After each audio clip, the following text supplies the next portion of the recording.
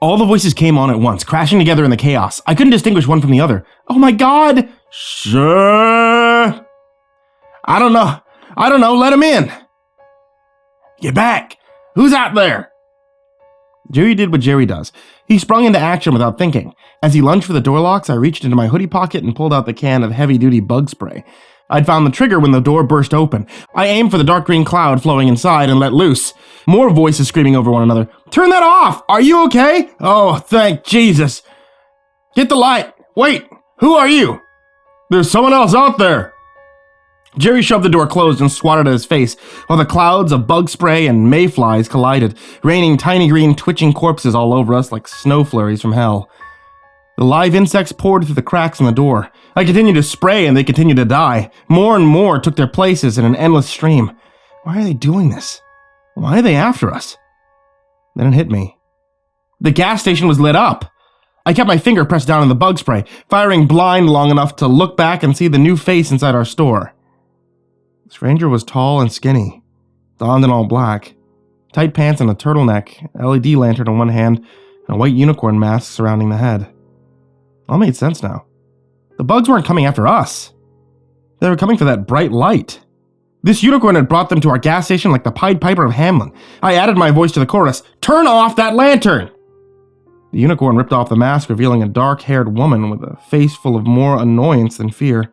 She completely ignored my request and yelled in an impressively loud voice that surpassed all the others. "There was somebody behind me!" Jerry responded, "Good somebody or bad somebody?" "A friend." "Alrighty then." After Jerry acted faster than I could stop him, unlocking and reopening the door, another figure rushed inside, colliding with Bart and knocking over the poor guy onto his back. Amidst the mayhem, 4 more figures lunged past. They were knee-high, cannonballing into the safety of the store, darting between our legs and over Bart's chest before vanishing into the shadows. Great. The last thing I needed right now was another raccoon blitzkrieg, and here we were. Unicorn Woman still hadn't extinguished her light, and the mayflies were flooding in, forming an enormous swirling cyclone of green, thick enough to send bags of food and candy flying from the top shelves. I grabbed the lamp and yanked it as hard as I could, hard enough to free it from her grasp, and launched it through the opening.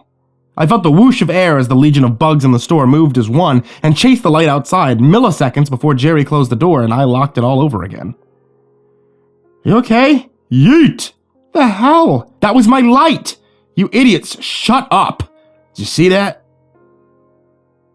I finally stopped blasting bug spray and went to try to reapply tattered strips of duct tape. There's no time to lose. I needed to secure the door, check on the new refugees, and track down the 4 bandit cats before they started setting traps. I was surprised when Lucy knelt down next to me with a roll of tape. She started tearing new strips, holding the red flashlight in her mouth and pointing it at her work while I took the strips and covered the lines of the door. The old strips hung messily and uselessly, the exposed, sticky side completely covered in green wings, legs, and still twitching bodies. Jerry walked over a moment later with a broom and went to scooping the corpses into a mound in the corner, right as Lucy and I finished the door. Nothing quite like a crisis to bring out teamwork, I guess. With that out of the way, I turned to greet our new guests. Unicorn Lady was picking bits of insect debris from her hair, while the other figure stood still as a statue next to her. This one had a charcoal suit jacket and matching pants, with a face hidden inside a giant turkey. Specifically, a plucked and raw turkey with eye holes carved into the breast section. Despite the impressive quality, I was reasonably certain that this turkey was just a bizarre Halloween mask. Like, 60% sure. "You two okay?" I asked.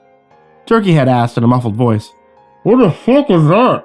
Unicorn grabbed him by a wing and said, "You can take that off now. We're safe in here." With a quick yank, she de-turkeyed him, revealing the face of a handsome, middle-aged man. He looked a bit disheveled, glasses askew, hair mess, but I could see that these were all products of the moment. Everything about Turkey Head screamed rich businessman. I automatically didn't trust him. Turkey Head readjusted his glasses, smoothed over his hair, and straightened his tie. In 3 easy steps, he already looked presentable enough to host a party at a yacht club. When he spoke, it was with a strong, sexy leading man voice. I said, "What the fuck was that? Are we in the end times right now? Someone, please, tell me what's going on." Abrams sized him up before answering. "Bugs are after your lamplight. What were you two doing out there, anyway? Unicorn answered. I got off the interstate looking for gas. Then these things started blobbing up all over my windshield, so I pulled over. Turkey Head added, Same here. I was on my way to my partner's Halloween ball when the green thing started kamikazeing all over my windshield. I saw Yen's car off the shoulder and tried hitting the brakes, but I hydroplaned. There was enough of that green crap to slick the roads. I couldn't stop. Jerry cupped the tip of his cigarette as he struck the lighter. After a few quick puffs, he asked, You weren't driving around with that turkey on your head, were you? Of course not. And would you mind not smoking in front of me, please? This suit costs more than your gas station. Jerry didn't answer out loud. The way he slowly puffed his smoke and blew it out his nostrils was answer enough. Unicorn, who I surmised was actually the Yen being referred to, pointed out the obvious. Unless your suit is supposed to have green polka dots, I don't think it's worth that much anymore. The man looked at his sleeves and erupted into a fit of furious expletives, finishing off with, This had better come out or else. Abram nudged Jerry and pointed at his pack.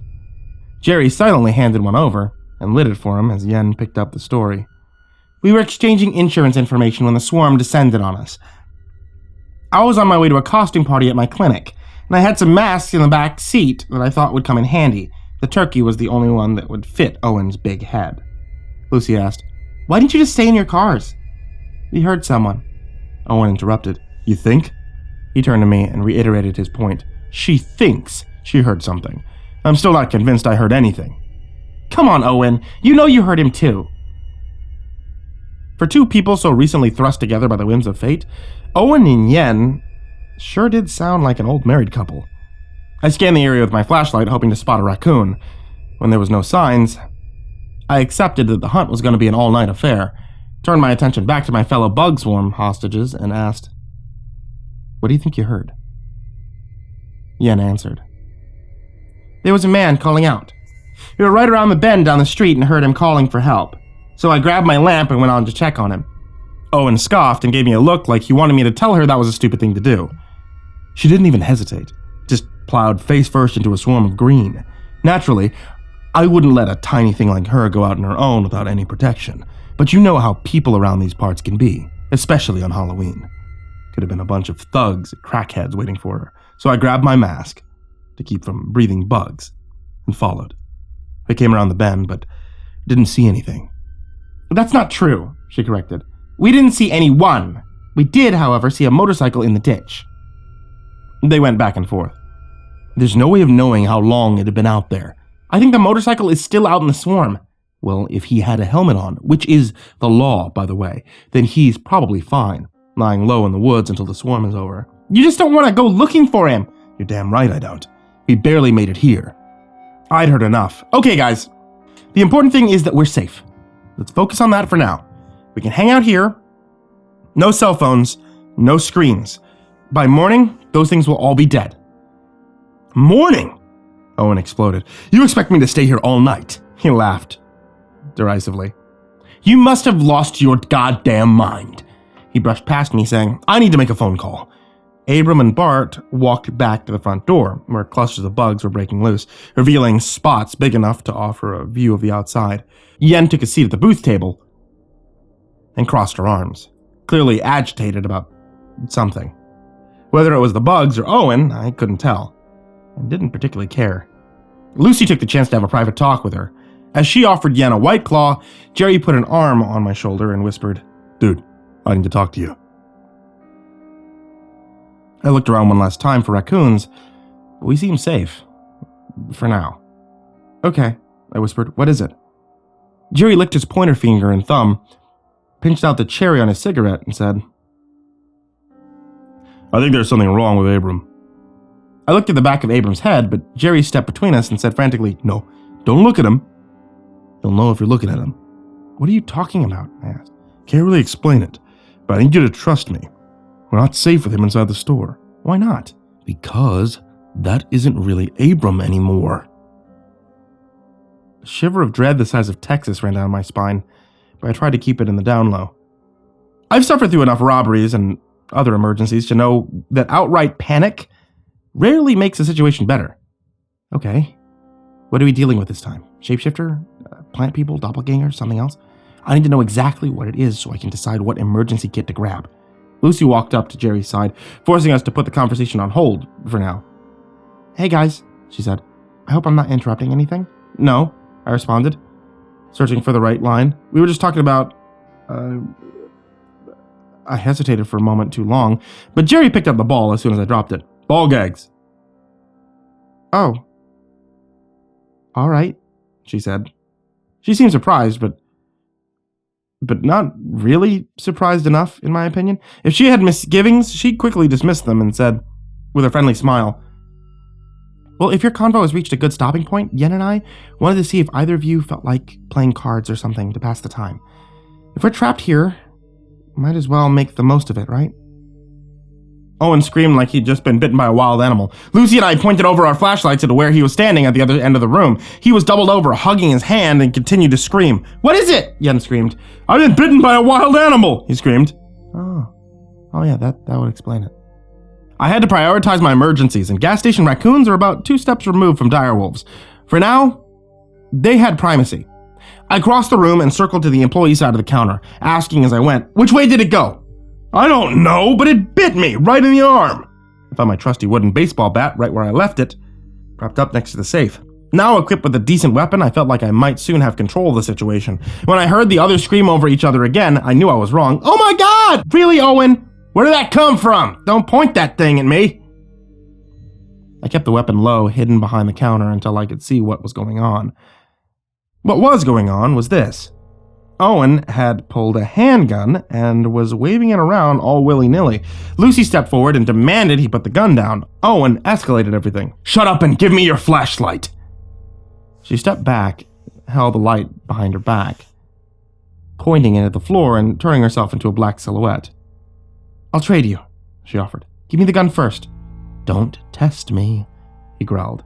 Something about his mood had changed. He was already an asshole, but now he was a wounded asshole with a gun. I could only see things getting worse if I didn't get involved. Hey, Owen, take mine. He turned away from Lucy and eyed me incredulously. It's okay, I said, holding it out like an olive branch. I don't need it. I know this place like the back of my hand. I could walk around here blindfolded if I needed to. He marched over to me, reached across the counter and snatched the light. As soon as he had it in his hand, he aimed it at my face and barked. When this is over, I'm gonna sue the hell out of this place. Go ahead, I thought to myself, but there's not really much hell left in this place to sue. He shrank away from everyone and backed into the corner by the hot dog roller, gripping the gun and pointing at the ceiling. When his ass finally hit the drink case, he shouted a warning for all of us to hear. Nobody else come near me tonight, unless you feel like getting shot. The guy was on full tilt, boiling over with an irrational fear rage. With a little time, he might calm down and see how silly and asshole-ish he was behaving, or he might tick up a spot or two on my ever-growing mental list of pressing emergencies. Only time would tell. For now, I needed to reach the outside world. I picked up the store phone and tried the sheriff again. This time, I dialed her cell phone directly and silently hoped that she was okay. Hello? She answered. She actually answered. Hey, Amy, it's me. I know who it is, Hetty. I have caller ID. What's going on? I could hear voices in the background. Lots of them. It sounded like cries and screams. Are you okay? Where are you? I'm at the church's fall festival right now. Those screams. They almost sounded like laughter. Did everybody get inside in time? It's time for what? I couldn't believe how relaxed she sounded. Well, not relaxed, quite annoyed actually, but definitely not panicked. The mayflies. You mean those green bug things? Yeah! Look, Sleepy, it's Halloween. This is the busiest night of the year for us. I got pranksters tying up phone lines, teenagers smashing pumpkins, drunk drivers galore. We're not exactly getting worked up over a bunch of bugs. I mean, yeah, they're a little annoying, but... You mean they're not blotting out the skies and carrying away small children? Because that's what's happened over here at the gas station. Have you been outside recently? I'm standing outside right now. Hang on. Did you call me because there's a bunch of bugs at the gas station? Okay, I don't think you realize what I'm saying. It's bad here. The sky is so thick that our building is completely covered in a thick candy shell of these things. Is anyone hurt? One customer got bit by a raccoon. There might be a motorcyclist trapped out there in this. Okay. Well, do you want me to pull an officer to do a drive-by? I literally don't think you can get here if you tried. Okay, well, in that case, why exactly are you really calling? I told you, the bugs are swallowing the gas station! Are you sure? What? Are you sure you're not having another episode? Felt like someone had sucker punched me in the gut. I'm sure, Amy. You know, there was a time when you would have believed me right away. Yeah, there's a time when people would have believed the world is flat. Tell you what, I'll send someone out first thing in the morning. I knew this was the best I could get. Okay. Send the snowplow first. The roads are going to be slick. Roger that. Their conversation ended, I had a decision to make.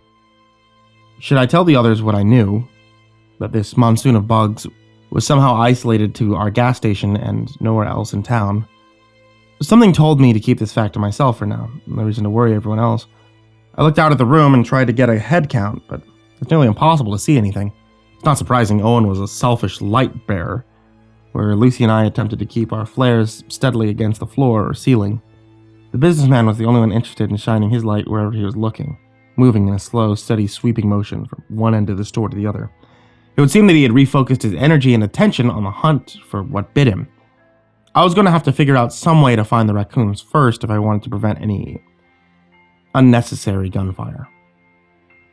I knew from experience how much of a pain it was to patch a bullet hole. His errant light job may have been annoying, but it left me with one clear advantage.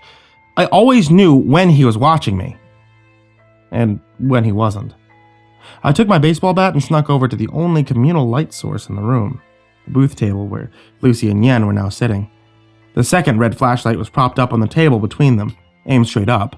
I kept my voice low and asked, "Do you mind if I borrow the flashlight for a moment? Got some experience with the raccoons. I might be able to herd them into a closet or something." Yen was quick to respond. "What about us? We're supposed to just sit here in the dark while you go hunting?" I know it's not ideal, but Lucy made the decision for both of us. She grabbed the flashlight and handed it over. "Be careful, but also be quick." Yen scoffed. But by this point, I didn't particularly care about making new friends. Equipped with a flashlight and a weapon in my inventory, I was ready to begin my search. First off, I needed to find Jerry. A quick scan of the tiny building showed no signs of him. Strange. More unsettling, it showed no signs of Bart. Or Abram, either. How long has it been since I saw any of them? I had to stifle the completely irrational fear that perhaps the raccoons had already disappeared them. As much as I wanted to keep it bottled up, the worry was bubbling over. Something isn't right. I entered the hallway leading towards the back room, keeping the red light trained in a tight circle in front of my feet, and whispering Jerry's name. Eventually I came to a supply closet where I found the door cracked open a few inches. I aimed the light through the gap and saw Jerry sitting on the floor inside, resting with his back against the wall of shelves. I pushed the door open, stepped inside, and closed it behind me. He barely moved. A slight shift in his eyes was all he did to acknowledge my presence. I could see that he'd found a marker and drawn a Glasgow smile on his face mask, complete with triangle teeth, curled edges. "Jerry? You okay?" "Yeah, man." I crouched in front of him, but he no longer seemed to be aware that I was in the room. I slowly reached out and pulled off the mask. Underneath, he had a bizarre, relaxed smile. Not unlike the one from his mask. Like he was sitting at the beach on his first day of retirement. It was Nirvana in the flesh. I was moderately concerned. "What are you doing in here?" "Being, existing, riding out the wave." His pupils were dilated to the point that he appeared to have solid black circles inside his eyes. "Okay." He kept those black eyes aimed forward and cocked his head. "Relax, Jack. It'll all be over soon." I felt my skin ripped in goosebumps. This didn't sound like the Jerry I knew, and considering what the Jerry I knew had told me moments earlier, I had to wonder if I was about to need to use my bat on some kind of imposter. Was this the same creature that Jerry intimated had replaced Abram? Was this something else? I needed to know. Jerry? You said something earlier. I think now's probably a good time as any to follow up. You said there was something important that you needed to tell me. I did. I do. There's something I need to tell you, and this is it. The universe isn't a solid whole. It's broken, fluid. It's a broken, fluid arrangement of hyperplasmic particles, shaped like time.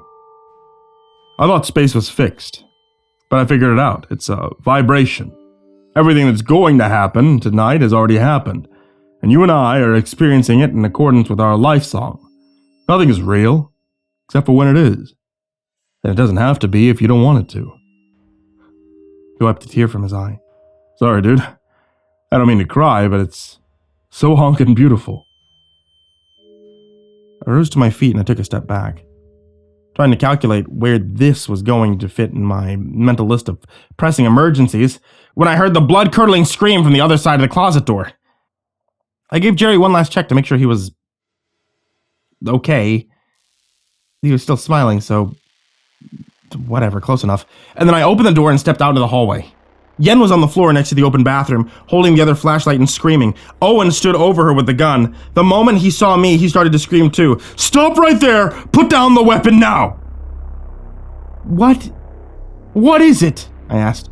Owen pulled back the hammer of the pistol and Yen's screams weakened into a whimper. I said, drop it, or I will shoot you! Okay, I said, complying as quickly as I could. Lucy appeared from the darkness behind Owen. What? She shouted. What is it? One look into the bathroom was enough to make her gasp and recoil. Owen bent down and took the light from Yen and pointed it at me. Where are the others? He demanded. I'm not playing around. Who did this? Who did what? What is happening right now? Yen managed to catch her breath enough to say, I need to go to the bathroom. Owen, let me borrow the light, but as soon as I went in there, I saw... She couldn't bring herself to finish the sentence. She just pointed. I kept my hands up and inched closer, hoping to keep my movements telegraphed and non-threatening for the man with the gun. Eventually, I was close enough to see inside the bathroom. Close enough to see the body slumped in the corner, surrounded by a pool of blood. In the red light, I recognized Abram. His dead eyes wide open, with the handle of a fillet knife protruding from the center of his chest.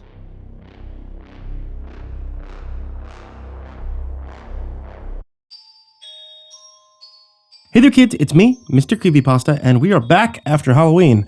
So, I want to give a big thank you to my Patreons. Those specifically are the ones that are in the description, and Joey Gilbert, Daniel Poulsen, Trace Miles, Jordan Alexander Sanchez, Wayne Milstead, Chumpinski, Ken Lando Higuchi, Brianna Tine-Janzen, Buddy Burroughs, Stephen VanHuss, Tristain Pelton, G Weevil 3, Asia, the Red Oak Shield Virus, Sandy Barney, Nico Kaeo, Caleb Dougal, Dante Rao, Last Blade Song, The Ginger Bros, Don Mewmeister, Eliminator 86, Nebsky, Alex, Steampunk Sinner, The Rafael Rodriguez, Optimistic Avocado, and Dr. Strawberry. If you guys would like to join them, you can always head over to patreon.com/MrCreepyPasta.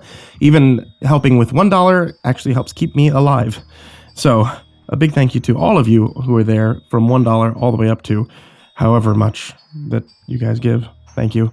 I appreciate you guys subscribing and checking back with the channel every single day because, dear Lord help me, we are on daily uploads, meaning new horror stories from me here at MrCreepyPasta on YouTube or MrCreepyPasta on Spotify. Sweet dreams, kids.